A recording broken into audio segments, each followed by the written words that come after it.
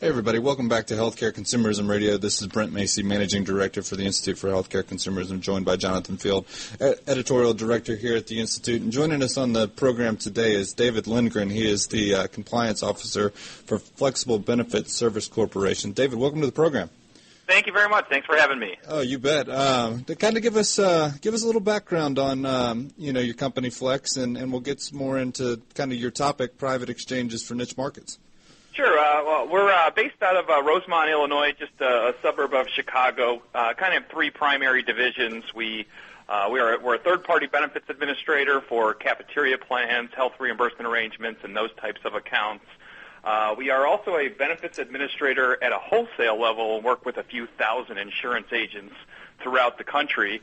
And for about the past 2 years, we've actually launched our own private insurance exchange. We refer to it as InsureX Solutions, that has more or less evolved into an exchange that specializes in niche markets. Mm-hmm.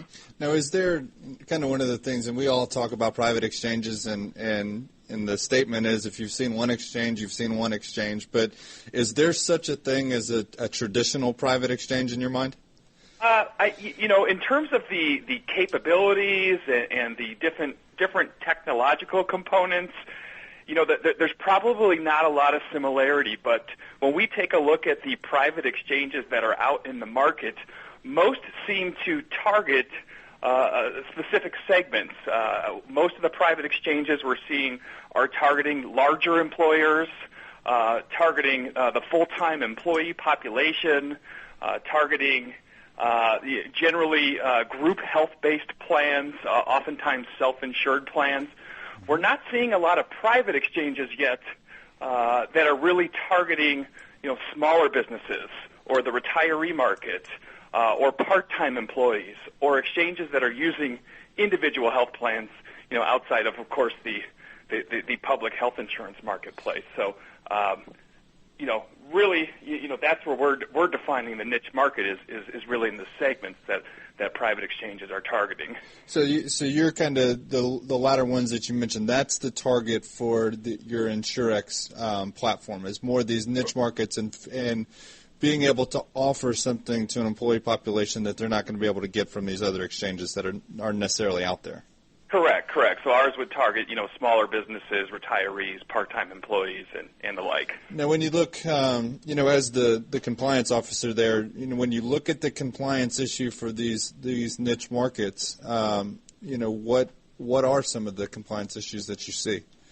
Sure. Well, we've seen, in particular in the small business segment, year after year, small businesses are struggling to find affordable coverage for their employees.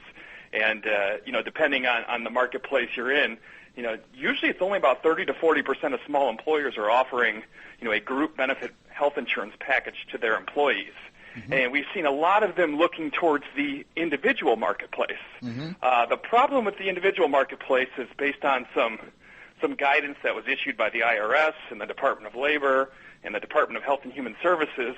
It generally is prohibiting these small businesses from giving pre-tax dollars to their employees. So if a small business were going to look into the opportunity of transitioning their employees to the individual market, you generally have to do that with after-tax dollars. And then we also have the ERISA component that we have to be concerned with. If an employer is giving funds for the sole purpose of purchasing health insurance coverage, that means that individual market coverage would generally be subject to group market regulations such as COBRA, Medicare secondary payer rules, and others that individual plans just can't satisfy. So generally when you're shifting to after-tax dollars, you got to let those employees use those funds, really at their own discretion for insurance coverage or for other reasons. And so, there are some drawbacks to that model, but there's also drawbacks to the traditional group model that really is becoming unaffordable for several small businesses. Now, when you look, you had mentioned these niche markets. So kind of elaborate on some of these niche markets that you guys either do business with or are looking to target from a prospect standpoint.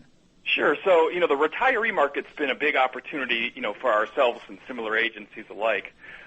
We've seen, really started in the automobile industry, with Fortune 500 companies transitioning outside of traditional group retiree coverage to a retiree health reimbursement arrangement that just gives that retiree and possibly their spouse a lump sum of dollars, and this still can be done on a pre-tax basis, but gives that employee and their spouse, that retiree and their spouse, let's just say $3,000 per year, and then those employees can access those funds to either reimburse out-of-pocket medical expenses or pay for things like a Medicare supplement plan, a Medicare Part D plan, a Medicare Advantage plan, possibly dental or vision coverage, and that's a marketplace that uses individual-based policies for those retirees and their spouses, and that's a marketplace that we're helping transition to that platform if it makes sense for that particular employer.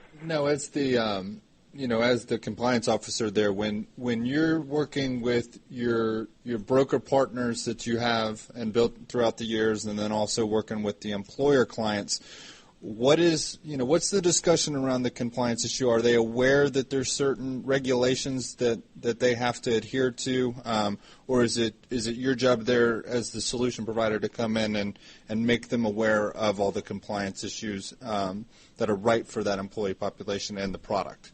Yeah, so I mean, generally, the solution that we would recommend would vary by employer or unique situation, and any compliance issue that may exist, we try to make recommendations to get around or overcome those compliance issues.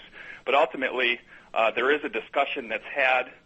There are some written materials that are provided that spell out what the compliance concerns are, and our goal is not to implement a plan that is non-compliant. Our goal is to help these employers transition to a private exchange model that is compliant and that is beneficial to both the employer and the employee from a cost savings perspective. Okay, and you've touched on it here as well, but can a small business really help employees pay for individual market coverage? Now, that was something that you had defined here earlier. That's an IRS regulation that they wrote, correct? Right. So really, there's been three sets of guidance that have come out. One in January 2013. I would say probably the more significant guidance came out in September of last year, and they issued some frequently asked questions information this past May. But generally speaking, they refer to an employer that gives an employee money for the purchase of individual market coverage. They refer to that in the regulations as an employer payment plan. And they specifically state if that's done on a pre-tax basis, it's going to violate certain Affordable Care Act market reforms, such as the requirements to provide coverage for essential health benefits with unlimited annual and lifetime maximums, as well as the requirement to cover preventive care at 100%. And by definition, these employer payment plans, for lack of better terms, usually called health reimbursement arrangements or HRAs, generally by definition have a cap on that annual limit and generally would not cover preventive care at 100%. So the big concern is where an employer could provide pre-tax dollars to employees for traditional group coverage, they generally need to be doing so with after-tax dollars if they're going to be helping these employees purchase coverage in the individual market. And, of course, that means there's payroll taxes that have to be absorbed by the employer on those contributions. There's income taxes that apply to the employee along with those payroll taxes. And then, of course, for employees that are eligible for subsidies in the exchange, ultimately their modified adjusted gross income is what determines their eligibility and the amount of their subsidy. And when you're increasing their taxable income, that can have an impact on what or if they receive a subsidy. And so, there's, while we would love for these small businesses to be able to do this on a pre-tax basis, generally speaking, the IRS regulations and the supporting agency guidelines tell these small businesses that if they do it, they could be subject to an excise tax of $100 per applicable employee per day, which is $36,500 per employee per year, which, can put a small business that's essentially out of business. So, if they're going to do this, they have to understand it is taxable income and what the ramifications of that taxable income is. Is it a perfect solution? Probably not, but the current situation for many of these businesses offering these traditional group plans, seeing these renewal increases year after year, has put them in really a tough spot where this seems to be a much simpler approach, and it does give those employees the ability to enroll in coverage from any individual market carrier that's available where they live, can purchase and enroll in any plan that meets their budgets. It could be an HMO, a PPO, an HSA. So it really does sort of give them an exchange-like experience because they have virtually a limitless number of plans to choose from. Again, the drawback being we're using taxable dollars. David, we really appreciate you having you on the program today. Kind of let our audience know where they can find you guys. Sure. If you want to take a look at our exchange, it's insurexsolutions.com. We also have another domain, shopgetcovered.com. And we'd love to have you take a look at our site, and if there's any interest, give us a call or an email, and we'll be glad to answer any questions we can. All right, David, thanks so much for joining us on the program. Have a great weekend up there in Chicago. And to the rest of our audience, again, if you want access to discounted rates on privatehealthcareexchanges.com, type in all caps IHC Radio for that discount, and we will see you next Friday on Healthcare Consumerism Radio.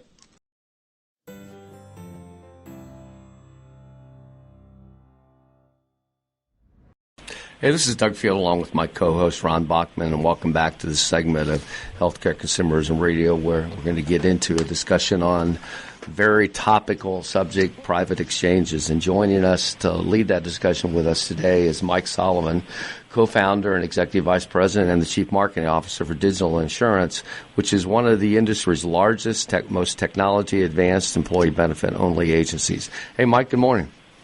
How are you? I'm good. Good to have you on the program. Thank you. Hey, give our audience, we want to get into talking about private exchanges with you and get your perspective, but give our audience kind of a brief background on digital insurance and also digital benefit advisors. So digital today has two divisions of the company. One is Digital Benefit Advisors, which is a middle market focused employee benefits agency operation around the country. And Digital Insurance is effectively an outsourced solution where we assist agencies all over the country to streamline and more efficiently manage small business. So we've become a fairly significant enterprise operating in about 35 states around the country with about 500 or so employees, really focused on employee benefits across the board. That's what we do. Great. A lot of discussion about private exchanges. You're right in the middle of that. Give us kind of your perspective on where you see the exchange discussion going as it relates to large, small, and mid-sized employers. So I'm very excited about the opportunity presented by the private exchange framework. You know, in some ways, I view it as a gateway from the current employer-based employer sort of decides everything type of employee benefit solution, health insurance solution, to more of a consumer-centric model downstream, where the employer can still participate and organize and do diligence around building a benefits program, but is really creating an opportunity for private exchanges to reach through the employer down to the individual consumer level. And I think begin to really fundamentally reshape the way health insurance works, the way health care works, and that's probably what I'm most excited about. It's not for all employers, but I think it's a key component of how the system is going to organize itself in the future, and it's pretty exciting. Mike's Ron Bachman here. Can you give us an understanding from your perspective what's happening in the smaller group marketplace? We hear more about the larger groups putting the retirees into exchanges. What's happening with active employees, both at the large employer size and then at the small employer size? Well, we're today very much focused on the small and mid-sized employer. I think to your point, most of the energy and headlines to date have been around retiree populations, or really the largest employers in the country who are being largely managed by the largest consulting firms in the country, had been beginning to sort of shape the private exchange marketplace, really at the upper end of the marketplace. Mm-hmm. I don't think that's very surprising. I think that the most well-capitalized advisors have been shaping the space up market where most of their clients are. I think at the end of the day, private exchanges, who sticks and who doesn't, it's a volume game, and carriers want to basically work with and through private exchanges that can drive volume of membership. And so I think it'll start up market like it has and then flow down to small and mid-sized employers. I actually think the interesting thing is you could make the case that progress thus far in the private exchange market upstream is probably where the least amount of impact will be felt. Mm-hmm. We're very much focused on creating leverage in the marketplace from a pricing standpoint at the small and the mid-sized employer. And it's tougher sledding in that regard. Mm-hmm. But I think it's where the single largest opportunity presents itself. It's 8 or 9 out of every 10 employers in the marketplace. And I think the firms that can figure out the small and mid-sized market have a tremendous opportunity because most of the largest advisors and consultants are really focused up market. So it's going to be interesting. It's going to be interesting to see how that all plays out. Yeah, Mike, I concur with you. I'm coming back from a meeting with a private exchange player, to go unnamed, and been talking to quite a few of them lately, like yourself. And I think the eyeballs are turning to the 100 and 2,500 employee-based market because there's a belief that that's where the most help can be provided, going back to your vision on the model where that employer does want to still provide that health care benefits and health solution to their employees, but how do they do it in the most efficient ways? And private exchanges are emerging as that opportunity, particularly when married with defined contribution. Yeah, totally agree. I will tell you that in conversations that I've had, in conversations that our teams have had across the country, in focus groups that we've listened to, I think it's pretty clear. I think employers are very much, they feel a responsibility in this equation, but really what we're hearing is they want to participate. They don't want to own every decision relating to product configuration and how everything needs to be managed downstream. And that, to me, is why we really look at the private exchange as an opportunity for the employer to still participate, for the employer to still organize and help finance, but it's the ability to reach through the employer down to the consumer. That's really the tremendous opportunity here. If we can activate the consumer, and you guys talk about this all the time, but if we can reach through, it's going to take software, it's going to take call center capability. You can look to other aspects of the financial services industry to see what this is going to ultimately look like. But if we can get in there and end up helping to create a more informed, engaged, empowered consumer who really demands a better, more efficient system, I think that's we have our opportunity to affect change now, and I think the private exchange could be a catalyst to make that happen. I kind of view it as this is our chance to affect change. We need to get it right. Mike, in any transformation that goes on, and clearly exchanges is part of a major movement and shift in the whole marketplace, the delivery system, there's a lot of players that usually start off, but then there's consolidation of the industry. Where do you see that happening? How is it happening? Is it starting to happen already? And what's the effect on the consumer that may be buying a product through one exchange and they either stop being in exchange or get bought out by somebody else? What's happening in your view, and where are we going with potential consolidation? Well, look, I think that any time you have an industry, we look at this pretty simply. Healthcare reform has got everyone at the table understanding the system's going to be different. So I think hospitals and doctors are going to get squeezed. I think carriers are going to get squeezed. And I think anybody who is an intermediary in the channel, whether you call yourself an agent, a broker, an advisor, whether you call yourself an exchange, whatever the case may be, scale and efficiency and operational scope are going to become critically important. And if you think about it, we have a very fragmented distribution, organization today around the country. I think you're seeing wide-scale consolidation among brokers and agents. You're seeing consolidation in the software solutions as the software side of it begins to consolidate. So I don't know what the number is in terms of how many private exchanges we end up with. I think employers will do diligence and consumers will do diligence on which provide the greatest level of value.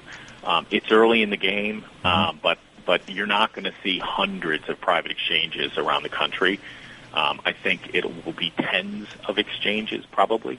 And we're very focused on going after the end of the marketplace that most of the well-capitalized firms aren't. There's a reason, really, if you look at the life cycle of digital, we decided to align with a Fortune 500 company because our view was we need access to capital to build for the future. But the system's going to look very different, and efficiency is going to become increasingly important. Our future as an advisor is more work for less pay, so you better figure out how to organize yourself differently, deal with consolidation, and so I think that's going to be a continued trend, and if anything, it probably accelerates. But flow between exchanges, I think, is something that the system will work itself out. So we just got to. So, what are the three keys to being most successful as an exchange? Ultimately, I would say today that if you can scale to the point of relevancy, I think that's I think the early, in the first year or two, you have to get big enough to matter. You need to get big enough to survive. After that, I really think it becomes about service at both the employer level and at the consumer level. The exciting part, it's sort of like be careful what you ask for, you might get it. Consumers are all of a sudden going to be thrust into the equation, but they're ill prepared for the employer freeing up the reins for people to make more decisions. So we really need to understand how to reach through and get to the consumer. But the entire system is today organized around the employer. So the companies and the intermediaries, I think, that find a way to engage at that level, I think it involves software. I think it involves call center capability. But ultimately, I think the service experience is what's going to delineate the winners from the losers, and that's really what we're focused on as an organization, the client experience. Yeah, I would tend to agree with you, Mike. Listen, we got about a minute to go. I mean, time flies here when we're having fun, and it's been a very good discussion. We'll have to have you back on, too. But leave our audience with a couple clear takeaways from your seat, please. Well, I think ultimately, as an industry, we are educating ourselves on private exchange. So probably the most, I say this to our teams across the country every day, you got to get a glove and you got to get in the game, and you got to figure out what these private exchanges are all about. You have to begin to understand the differences between the solutions in the marketplace. I think you got to look beyond the software piece of the equation to understand product choice and who ultimately is going to be able to deliver a client service experience that works. But anybody, whether you're at the employer level, the advisor level, even on the carrier side, everyone's trying to figure it out. So we need to learn, adapt, and evolve in this space quickly. But you got to get in and start making that happen. Right. Well, Mike, listen, appreciate the discussion today. Have a great weekend. And walk across the street and join us tomorrow. We'd love to have you join us at Forum next week and join in this discussion. Appreciate the opportunity, guys, and we'll definitely have people there. Thanks, Mike. Thanks take a lot. care. Bye-bye. To our audience, stay tuned for the next segment, Healthcare Consumerism Radio.